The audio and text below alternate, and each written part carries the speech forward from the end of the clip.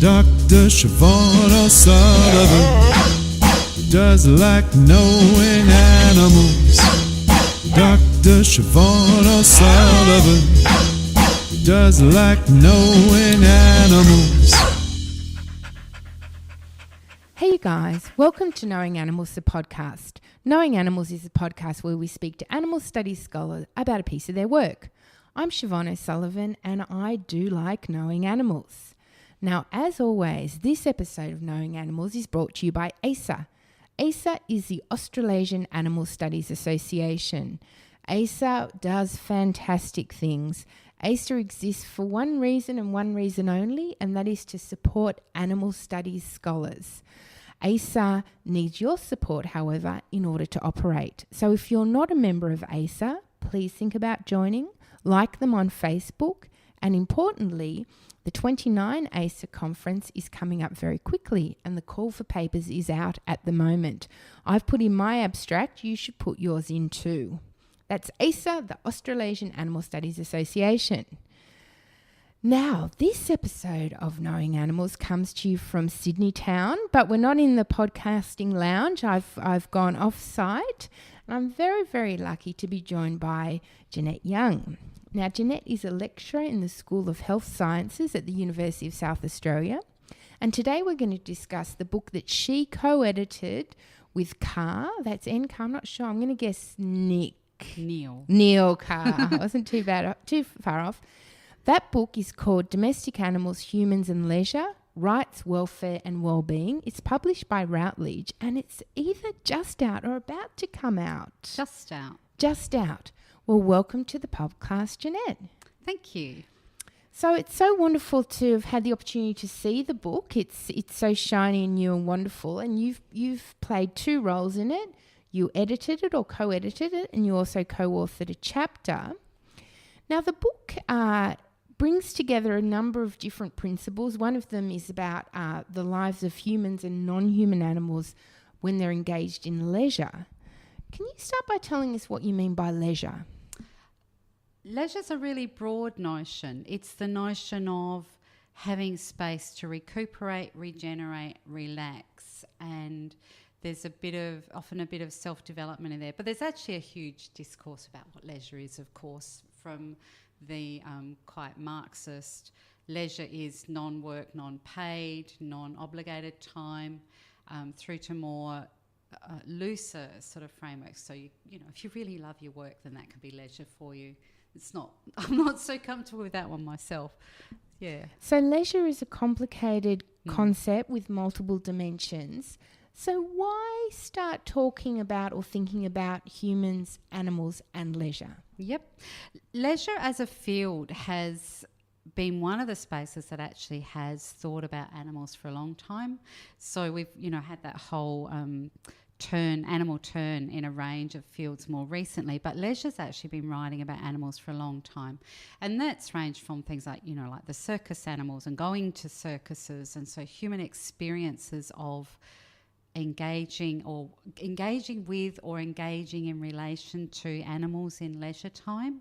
So that's a long history. And what we were interested in was actually moving into the space which was more about the animal as a being, as a sentient being in leisure. And that's a relatively newer space. So we haven't thought about the poor old fox that's the subject of fox hunts in leisure in the past. And we haven't thought about all that much about the animals that are being part of our zoo gazing experience. So we're wanting to move into that new space. So you've chosen particularly to focus on domestic animals. Can you tell us, first of all, how you differentiate domestic animals from other kinds of animals, and then why that particular focus? As soon as you start looking at why and defining it, it becomes much fuzzier and looser than you actually wanted it to be. But one of the ways you can think of it is more as a spectrum. So from wild animals through to domestic and domesticated animals. And so at each end of that spectrum, you could loosely say you have wild animals that have zero contact with humans, although, you know, there's that argument about global impact of humans on the environment. So actually, is there any animal that's not getting impacted by humans? Well, yeah, anyway, but apart from that argument, you could say there are animals out in the middle of the desert which have very little human impact on their lives, and they just go about living animal lives, through to the animals that are 100% really dependent on us. And the ones that we're focusing on this book are the ones that live in our domestic spaces. So that's our focus. And at the end of the book, you know, those processes of as you edit a book, you actually start to, what you thought was a relatively, okay, this is the idea. And as you start to go through the book, it actually gets messier and messier. And hopefully at the end, you actually manage to pull it together and go, actually, these are some threads, these are some ideas. And so we actually, at the end, we started to talk about domestic and domesticated animals. So the animals we live with in our domestic spaces aren't always domesticated, actually.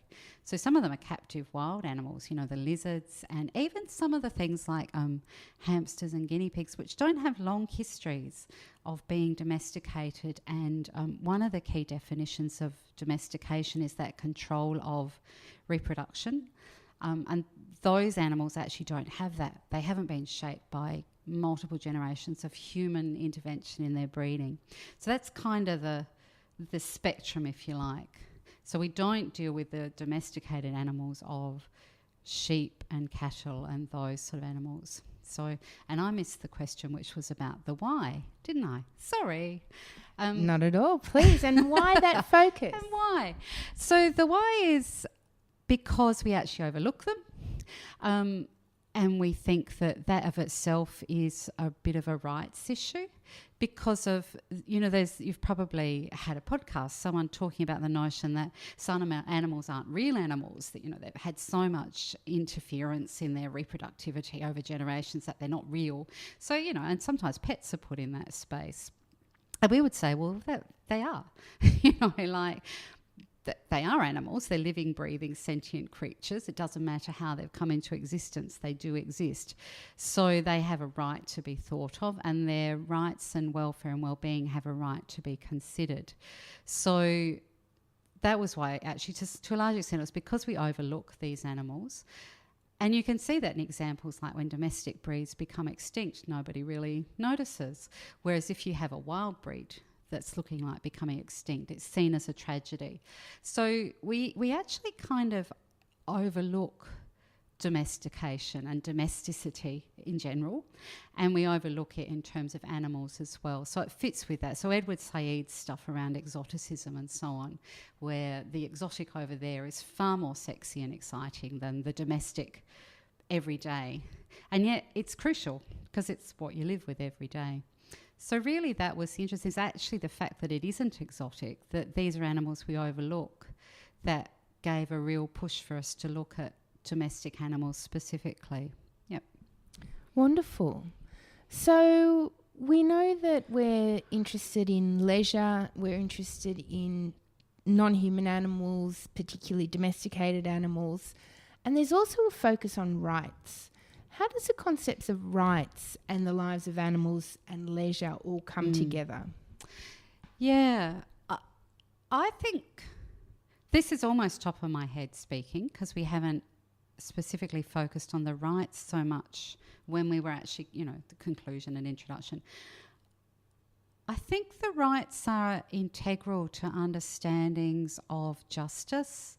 And as we increasingly think of animals as sentient others, other beings that we share this globe with, I think that there's an inherent notion that therefore each being has a right, an ethical right, to somehow have their needs and their interests considered. So another term that can be thought of is the notion of obligations. So as human beings, we have obligations to each other. We don't have to like people, but we do have to treat them respectfully, listen to them, listen for their opinions. And it's really extending that to this notion that these are other living creatures who we also need to be relating to and finding out what their interests are, what interests them. And I guess for me, because I'm actually, in some ways, like I'm a human researcher, so my background's social work, working with vulnerable populations of people. And so some people are born without the capacity to express their needs well, and I guess the example we can think of, babies can't do it anyway. All of us as babies can't. But then you have some people who never develop the verbal capacity or may have a significant intellectual impairment, which means that their ability to articulate, to communicate is limited, etc. And at the other end of the spectrum, which is where I worked for quite a while, is things like dementia, where we lose our capacity to articulate our needs and our interests. And so there's not really, for me, I start from the point of humans and welfare and well-being. When is it that someone loses their humanness? And I don't know. You certainly see people who are incredibly incapacitated, and an animal could be seen to have more intellectual capacity at some points than some of those human beings. So it's kind of, it's part of a whole literature which is thinking about the spectrum of humanity, and it's starting to bleed's a horrible word, into just more broadly thinking about us as sentient creatures. We're part of it, and animals are part of it as well. So that's a long answer. Sorry. No, not at all. So, Jeanette, did you find that when you put out the call, because I was reading in the book that this started as a series of conference presentations, when you put out the call, did you find that there were quite a few people that were interested in thinking about leisure in these new ways, incorporating the non-human animal? Yeah, there was a lot of interest. It was quite exciting, really. So there's actually 2 books. There's a wild book coming out as well. So I'm the second editor on that one. So, which has got a very similar title. We weren't very creative in that way. Wild Animals, something's not forgotten the full title. It's not right in front of me. But it was along the same veins. And we split the 2 because we saw them as being, in some ways, distinctly, there is a distinction. So we can't say exactly what the distinction is in the middle of the spectrum. But certainly the other book is talking about things like elephants and bears, and trying to think of some of the other animals, whales. I think there's I won't guess at what else is there. Yeah, so we thought there was a difference because these domestic animals, in some ways, like, they're highly privileged. They're thought of as highly privileged. They're not always, actually. That's what we're saying. But privilege comes with vulnerability. So in the space that I used to work, the beloved pet, dog, cat, budgie, can become homeless overnight when Mrs. Jones has a stroke and the family don't want the pet. In fact, not just homeless, it's not uncommon that they're euthanized. So they're actually incredibly vulnerable as well. And there's a kind of uniqueness around that, being so close to humans. The impact on their lives of human engagement and intervention is actually incredibly intense at times. So we were really, and that was something that other people were starting to think about as well. So it's good. Wonderful. So turning now to your chapter, you're interested in how animals have vanished from cities. I don't know if vanish is too dramatic a word, but certainly it's about animals having been highly present and now not being as present in our urban landscape. That's a topic that's very dear to my heart. I've read and thought a lot about this issue as well. So in your chapter, you're interested in thinking about what's been gained and what's been lost with this shift. Can you tell us what you discover or what you conclude? Yeah, I'm not sure that we conclude. We come to a messy sort of ending, which is the nature of these topics. So we were looking at, and there's a little. This is actually quite a space. Actually, I'm just looking at a book on it's got a similar chapter about the loss of horses from Canadian cities, and that's actually talking about how the Canadian cities are actually physically structured around having had horse transport as the dominant form of transport when these cities were developing. Adelaide, South Australia, is our case study, and it's very much the same. And so the city was full of animals, it was full of livestock, and also people lived in the city with their animals. And so there was a sense of shared space that 100, 120 years ago existed. And now what we have is these, they're very cute, but they're very inanimate, which is the pigs that live in our Rundle Mall. And yet in the city mile, there used to be all sorts of animals living, and the fodder stores and the stables that were needed to actually provide care and services for these animals.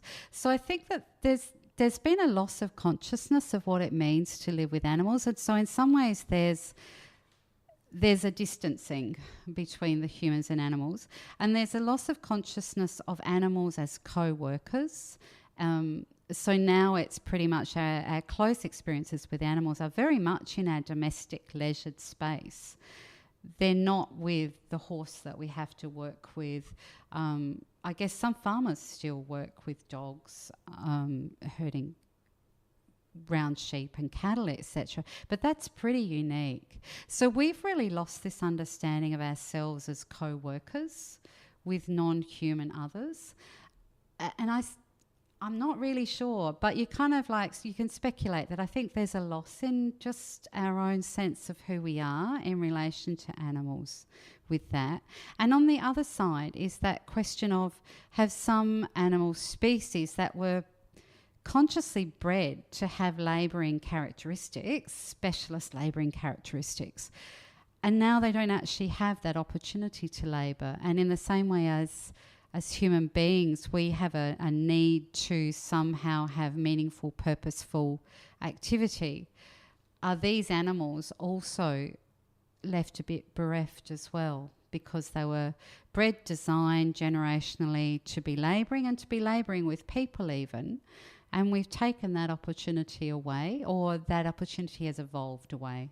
I don't think it's as simple as we take it away, because I think that there was some good stuff. I mean, the stories of Black Beauty and those dreadful stories of animal abuse that you can find even just, Trove's wonderful nowadays. And you can see these stories. People would write in letters and there would be articles about horses being abused and battered, or the old nags that looked like they should have been put out to pasture, poor things, and they were still pulling dreadful heavy loads. So there's been some good stuff, certainly been some good stuff. But yeah, maybe there's also been some losses for animals as well.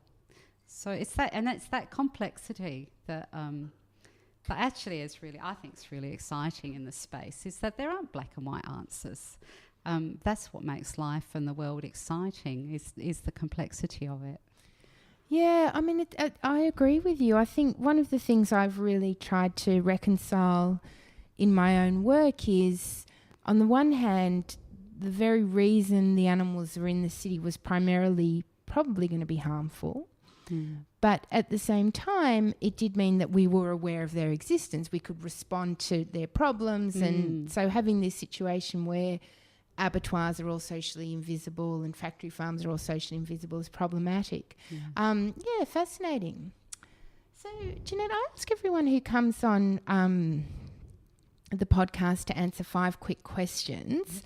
Now, I don't know if you identify primarily as an animal studies scholar, so we can modify the questions a little bit if you like. But are you ready for your 5 quick questions? I am. So can you recall the first piece of pro-animal scholarship you ever read? Oh, I think, because I was thinking about this, I think it's actually the children's stories that I remember. So Black Beauty and Charlotte's Web are the 2 I remember. I don't actually remember a lot about Black Beauty, but Charlotte's Web, I remember just this notion of an animal that had thoughts and feelings, and that really resonated me with when I was a little kid.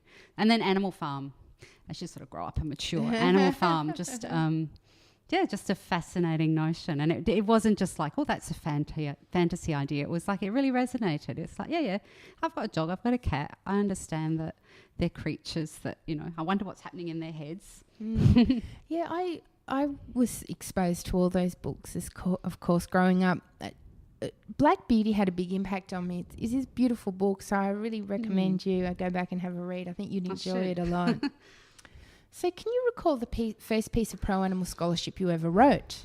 Now, I couldn't, and this is my really hopefully not too lame answer. I think when I was in grade 3, I did a project on cats. And that was about just an interest in other creatures, and and I've still got it. I don't think I've got many things from when I was in grade 3. Maybe my mum kept it. It's got an orange cat on the front. So if you had to name one animal studies scholar who's had a big impact on you, who would it be? Oh, this is another tangential. I reckon St. Francis of Assisi.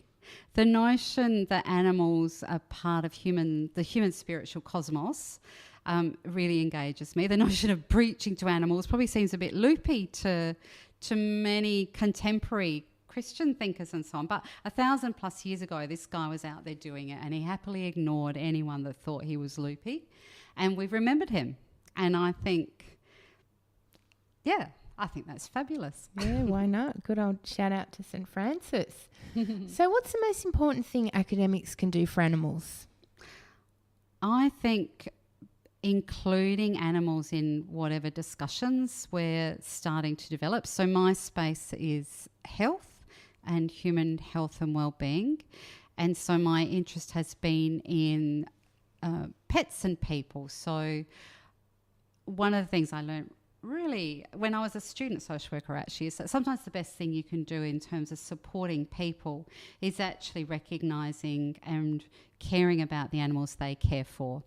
So, and I think that we can extend that. So whenever we're thinking about anything as academics, we can start to push the boundaries that say, oh, this is only humans, and actually question and query that. I think it's happening, but basically we live in this shared world and we need to think beyond human-centric and controlling ideas. And I think that on the ground, that's what people think about in your general population. I think it's actually academics often that have a problem. Interesting. So if you had the power to change one thing about the human-non-human animal relationship, what would it be? This is going to sound really daft, but it'd be wonderful if animals were able to speak just for a day. So we can, and the next thing would be for people to extend the kindness that they feel towards special pets and generalise that to non-human others. Fantastic. So Jeanette, what are you working on next? I've got several projects happening around the animal space. We did a little project interviewing older people about how their pets impacted on their health. So we've got oodles of data, and I'm starting to look at that. So we've been looking at pets and mental wellness and well-being. We've got some interesting data around pets protecting people from suicide, so the pointy stuff. And just recently I've done a bit of analysis around touch and pets. So we don't talk about touch much, touch deprivation, but it's certainly part of ageing. And so if you lose your partner of 50 years, who's going to cuddle up to you on the sofa watching the telly in the evening? And it's probably going to be your pet. And the other space I've started working with that I think is really exciting is I have a colleague who trained up her dog as an assistance dog, and that's given us opportunity to start to look at this space of disability and animals and assistance animals. So, and that's a nice circling back to the reason I started out working as a social worker, that I chose that when I was really young, is because I had a really intense interest in vulnerable humans. So it's a nice circle that encompasses vulnerable humans and animals. Wonderful. So is animal-related issues going to be your kind of central academic driver for the foreseeable future? Oh, I hope so. Yeah. That would be nice. Wonderful. So how can people find out more about your work? Well, people can check out the UniSA website and just Google my name on it. It's Janette, Jeanette Young, as in not old, which is getting to be a bit of a fib, but never mind. And we also have a health and communities research group, and there's a link on my webpage which will be there. So that's got more information about what we're doing collectively, but we're very much in the space of salutogenesis and what creates health and well-being, and animals fit in really nicely there. Wonderful. Well, thank you so much for joining us for the podcast, and thank you to the listeners for joining us for Knowing Animals, the podcast where we talk to animal studies scholars about their work. Don't forget to follow us on Twitter at knowing_animals, or you can follow me at SO_S. Hey, someone left us a 1-star review on iTunes. Jump online, leave us some 5-star reviews to get that algorithm trending back upwards, and tune in next week. I'm Siobhan O'Sullivan. I do like knowing animals.